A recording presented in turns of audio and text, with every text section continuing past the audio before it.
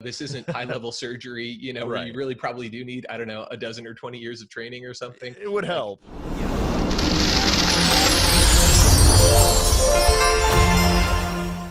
When it comes to producing your own projects, producing your own audiobooks, producing your own books, there really are a lot of tools here. And it's kind of that idea that, you know, uh, most people, even at the top of their field or who are doing this professionally are kind of making it up as they go along. Or, you think everybody's got a real solid handle on it, but in some cases they don't. Now that's not to take away from expertise and experience and actually, knowing what you're doing to a good degree. And if you're a craftsman, if you're a professional, ideally you're taking that seriously, you're trying to get better, you're your own, harshest judge, and you're like, okay, yeah, I know last time, like my pacing was a little bit funny, and I want to keep an eye out for that. Or, my tone wasn't quite there.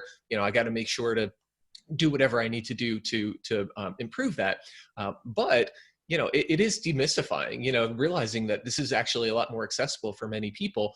And, that again is kind of to the chagrin of those who want to kind of keep a tight circle around it and have that professional exclusivity and so forth. But this isn't rocket science. This isn't high level surgery, where Right. you really probably do need, I don't know, a dozen or 20 years of training or something. It would help. Yeah, exactly. I mean, you will get better.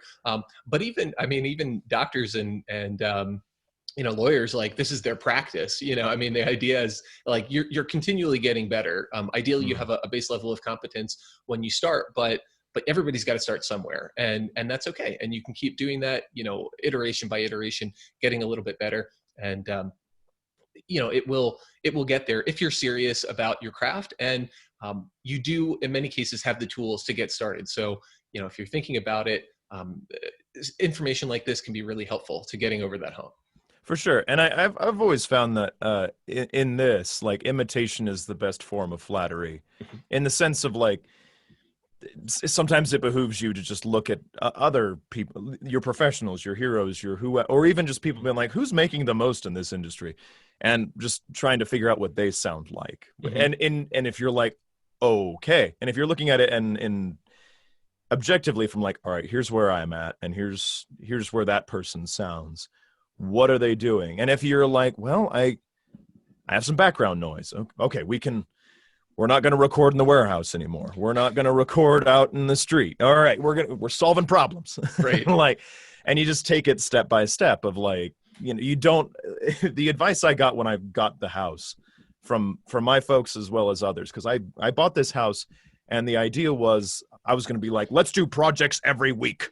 And we tore out some flooring in the basement area, not the floor in here. It's all carpet, thank God.